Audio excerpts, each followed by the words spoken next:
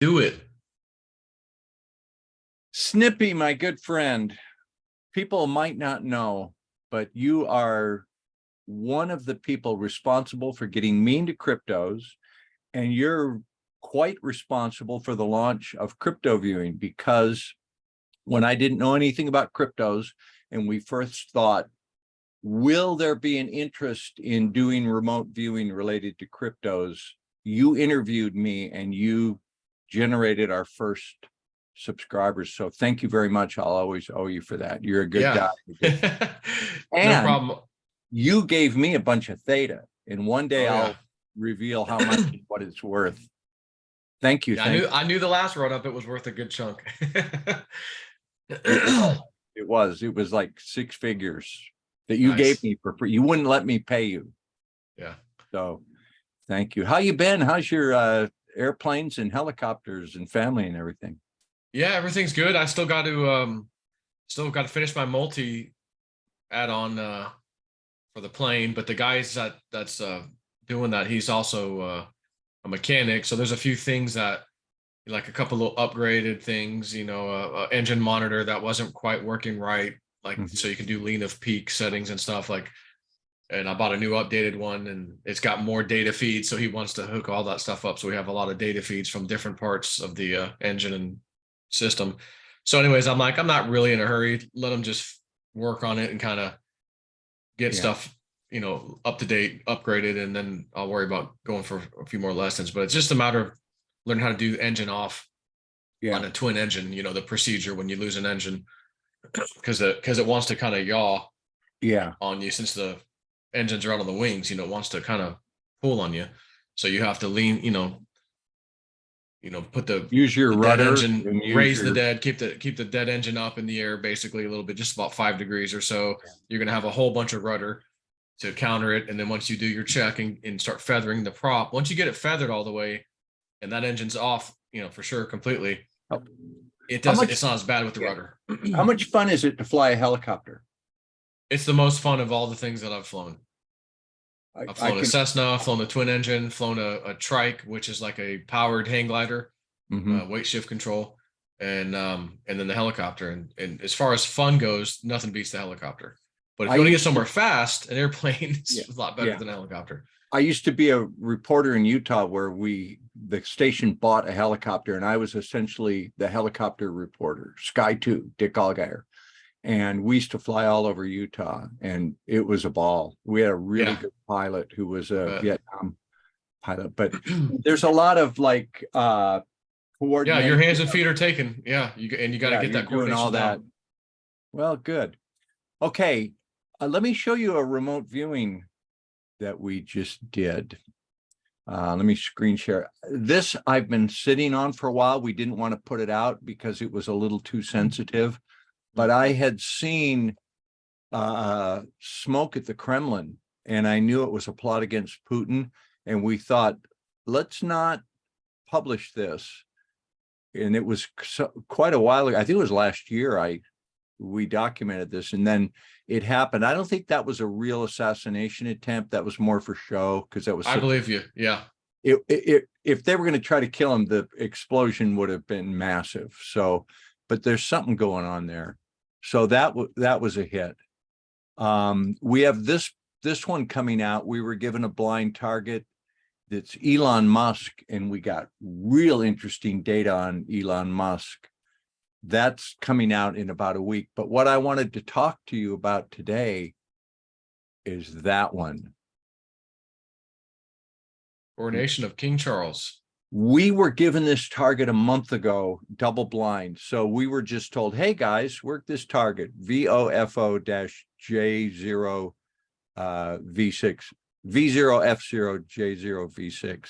And it was before the coronation was in the news. It was a month ago, double blind, and we got really amazing data. Do you know what's up with the king and the queen? Like it's put out to be this like quaint anachronism, like, oh, it's just a relic of a bygone era. We do it ceremonial for a little historical. And I still don't know exactly what the hell it's supposed to do. I mean, they're Why not would swearing they in a spend new all that king or money and something. keep them in a palace if they had no power? Right. What, the whole thing's a little fishy, don't you think? Yeah. Yeah. For sure. Well, okay. Well, let me read the official teaser. I wrote this out because I have to be careful what I say. So what we're putting out is the coronation of King Charles is a grand ceremony steeped in history and tradition, watched by people around the world.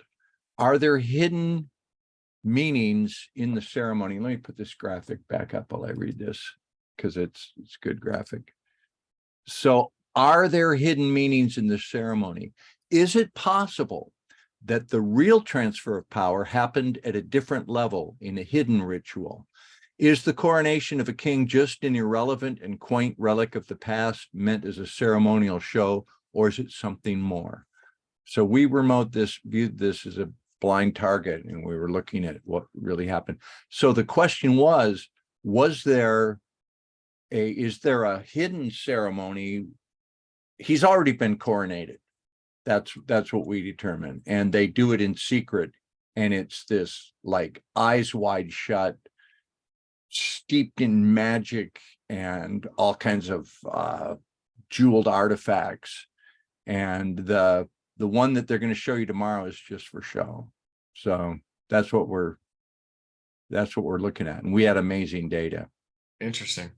So it's like this stuff is right out in it's like in plain sight, but you don't see it. Like they don't hide it. Yeah, it was kind of like that one ceremony they did, wasn't it? Was the opening something for CERN? Remember, there was like this weird satanic parade thing. This was a few years ago. All the Olympic ceremonies, the Oscars, the Super Bowl halftime ceremony, it's got all this ritual magic going on. So, but the king is let me look at my notes to see how much. Give me some spoilers here. We need some spoilers. Well,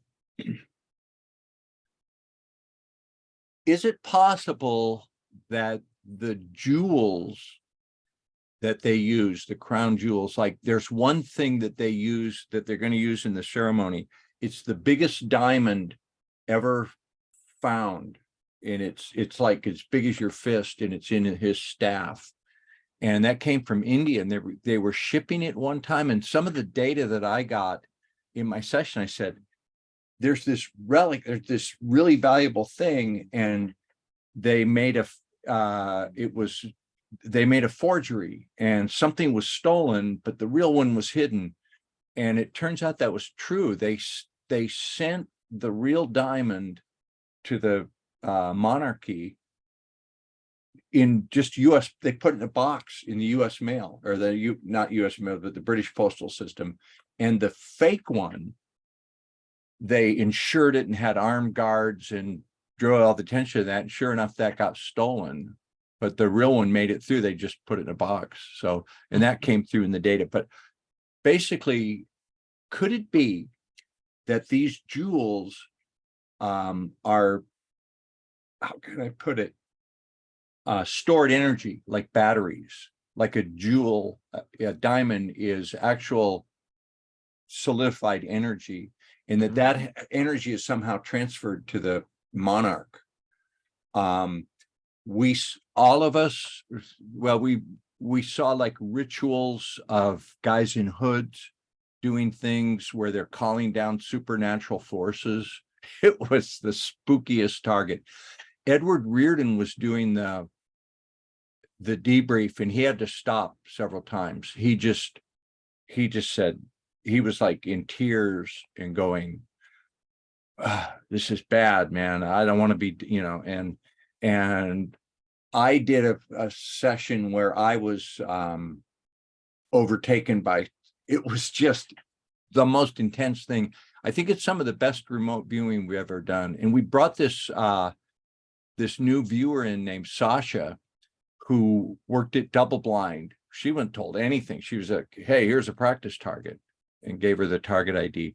And she's the one that actually drew the king and the queen consort and got really good data. I mean, it was like, it's a really good presentation. So When's it coming out? it's out today. Patreon.com/crypto viewing at all levels, except not, there's an introductory level that we're going to get rid of, the $9. So it's like the low levels. It's out now. It's I have out to check today, that out tonight and then. it's really good. And it's a lot of it we're not going to talk about in public. It needs to be in private because,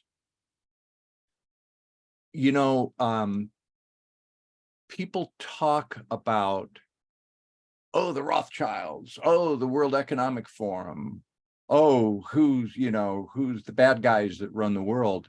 And they're looking at chess pieces, not the chessboard. And you've got to look at the chessboard, and then you've got to go above that, and you've got to look at who owns the table that the chessboard is on. And whose hands moving the players. Exactly. And Who or what?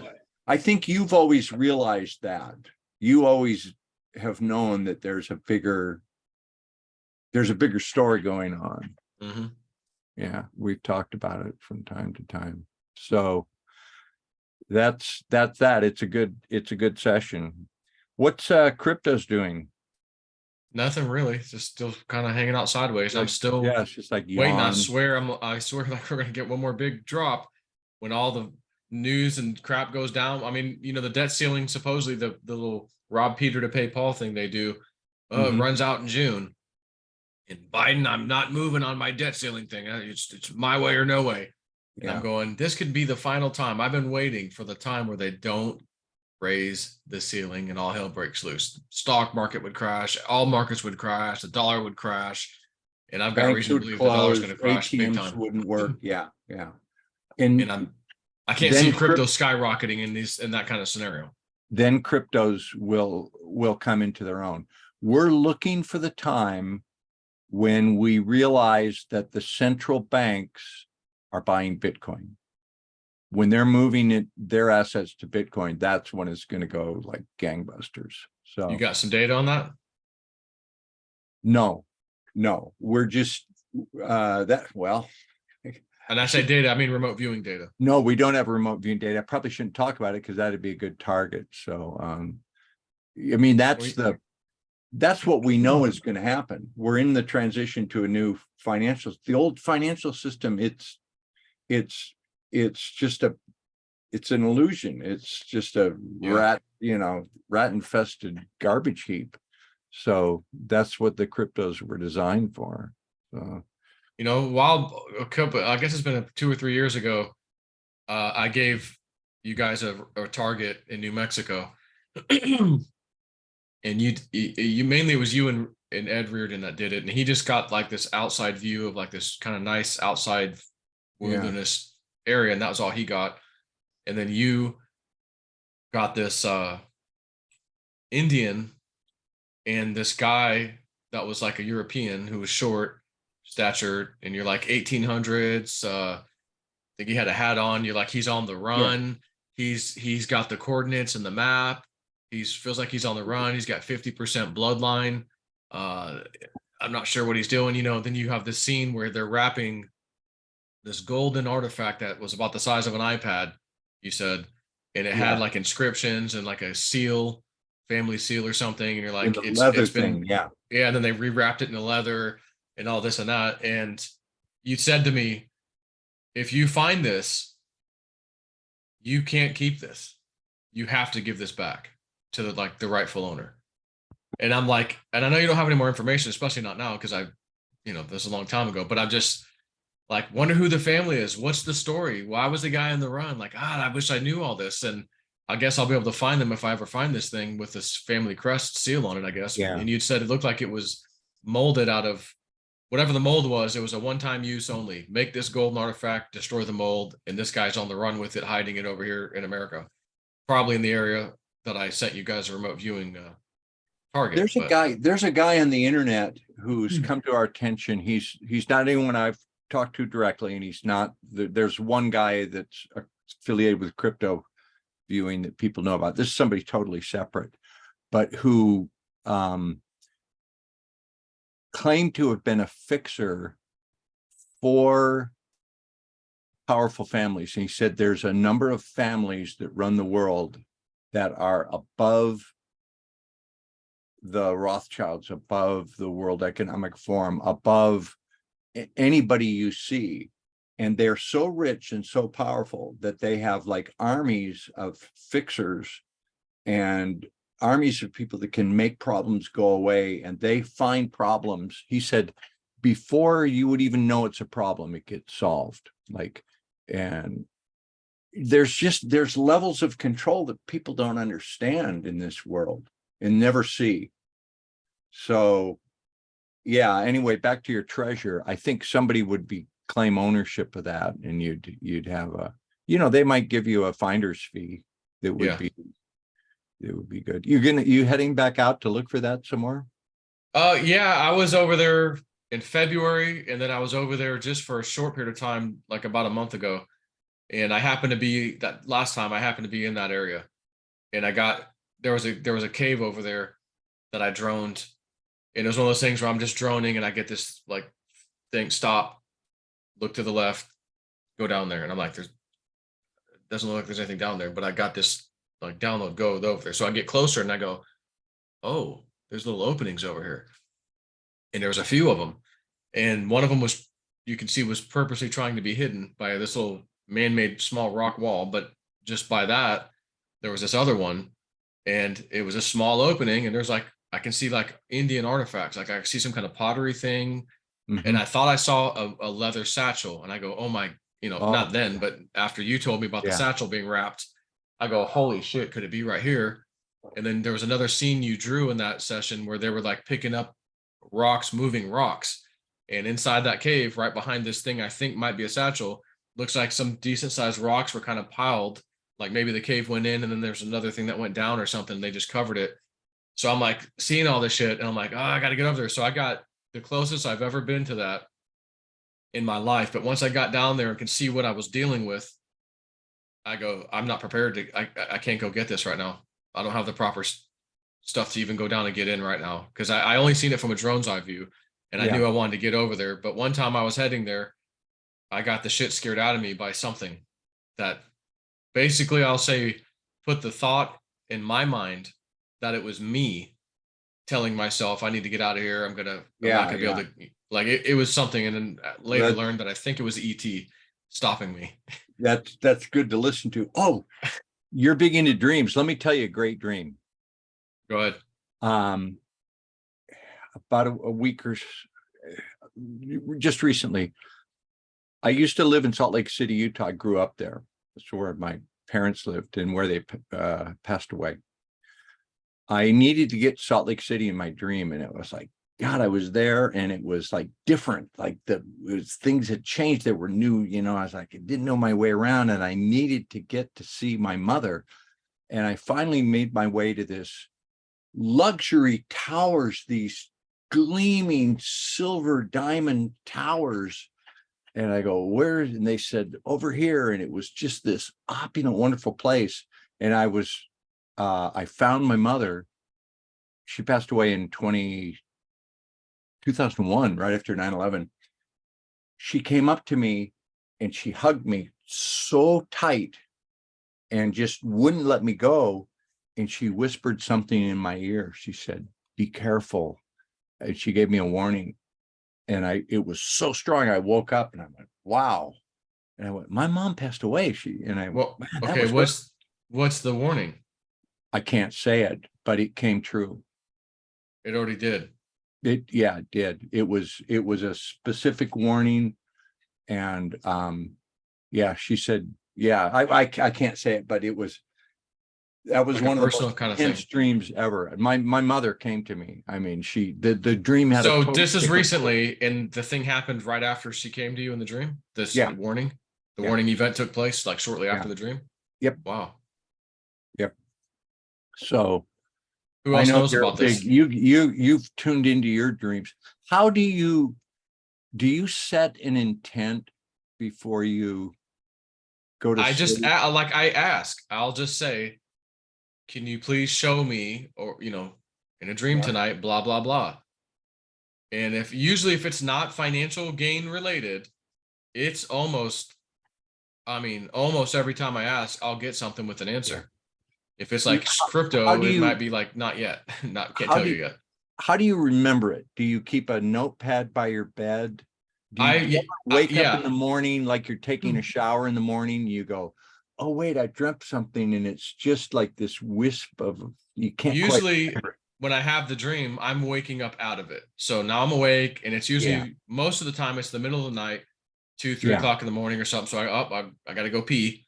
Maybe that's why I woke up. But as I usually go into the bathroom and I'm standing there or something, like I just sit there and go, did I have a dream, or like, did I have something? And then it's like, boom, yes, you did. Oh, and then I like, yeah, oh yeah, this. Okay, got it. So I'll just grab my phone and open an email to myself and just say, dream, speech to yeah, text real quick. I'll talk into the microphone, blah, blah, blah, just enough so I won't forget the key details, yeah, and then send it. But I do have a dream book that ultimately I'll write it in. But I think the biggest thing for me, and I just swear this would work for anybody if they put enough effort in, is listening to certain music at night before I go to bed for about 20 to hmm, 30 minutes.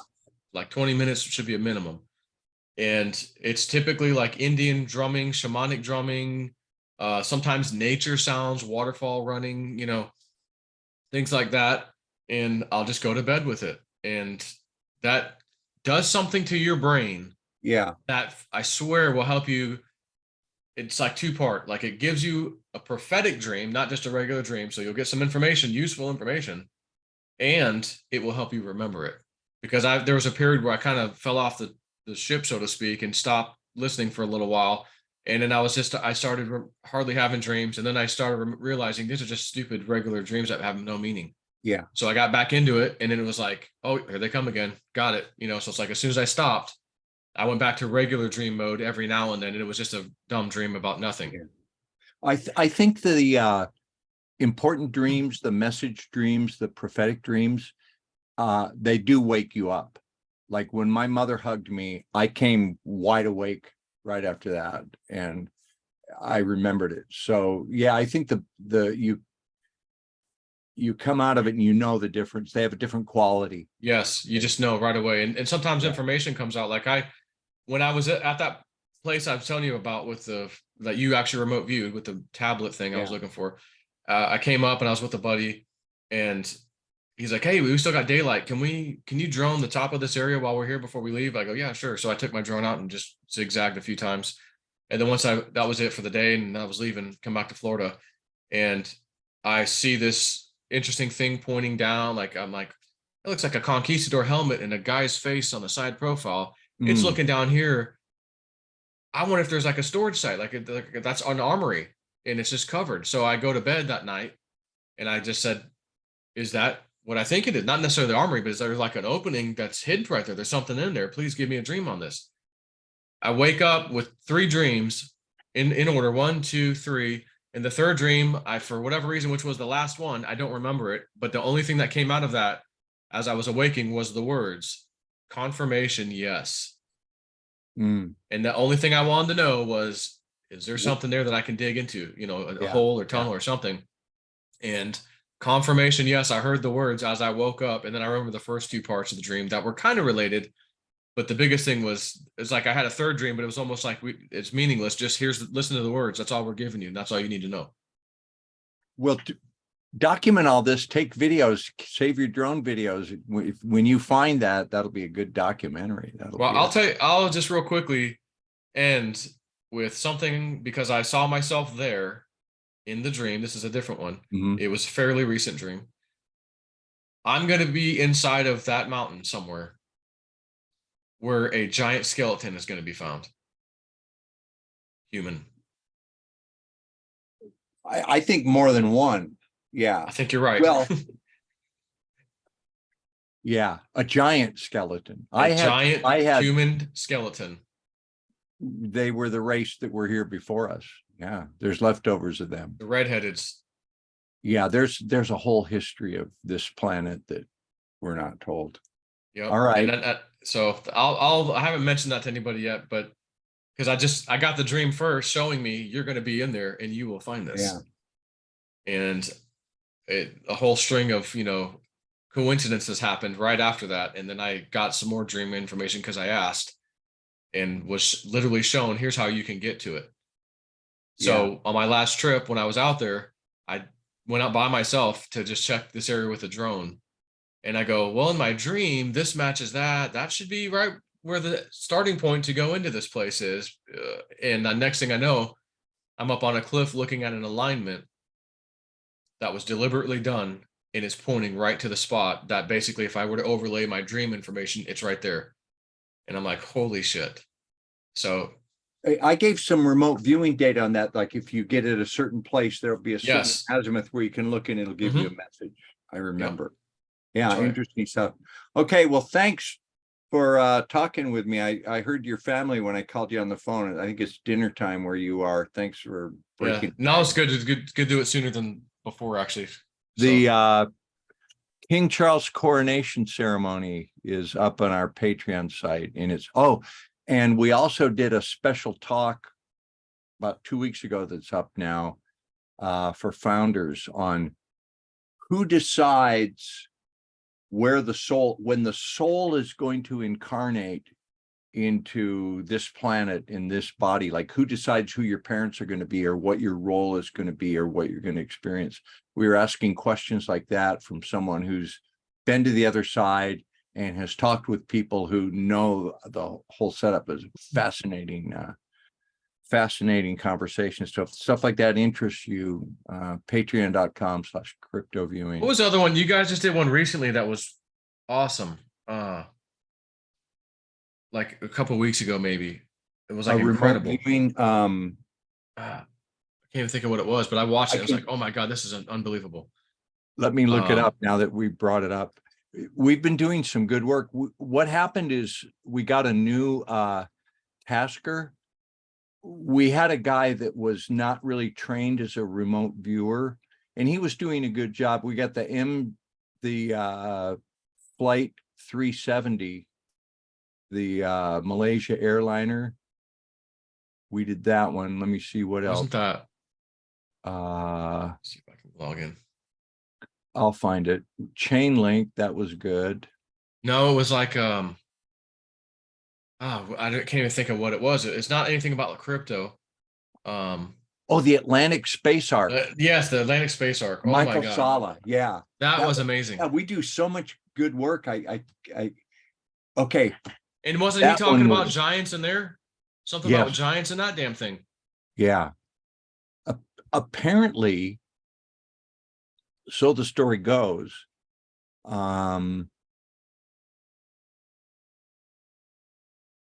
there's a periodicity, there's a periodic cleansing of the earth. Like some say Nibiru comes by, but some catastrophe like the Great Flood or planet brush by or something causes the oceans and the earthquakes, and the earth just kind of like cleans out the petri dish. And apparently those who created us take up and collect DNA and collect representations of the past civilization and keep a record of it. And there's a portal.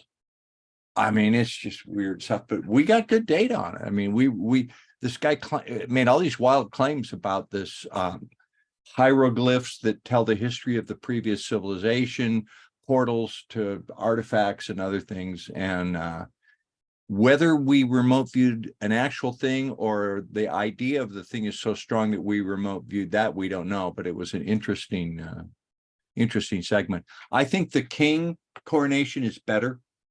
Wow. Because there's enough verifiable data. Like I drew the area, I said it's the River Thames. I drew one of the tasking was they put oil on his head. And I, totally blind, I said, I see this oil.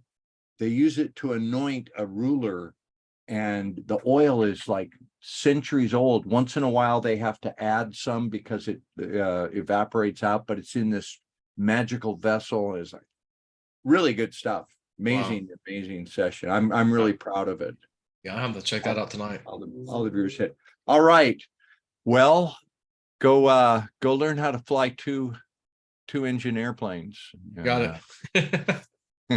Be careful. Fly safe. See All you. right, take it easy. All right. Aloha. See ya. See ya.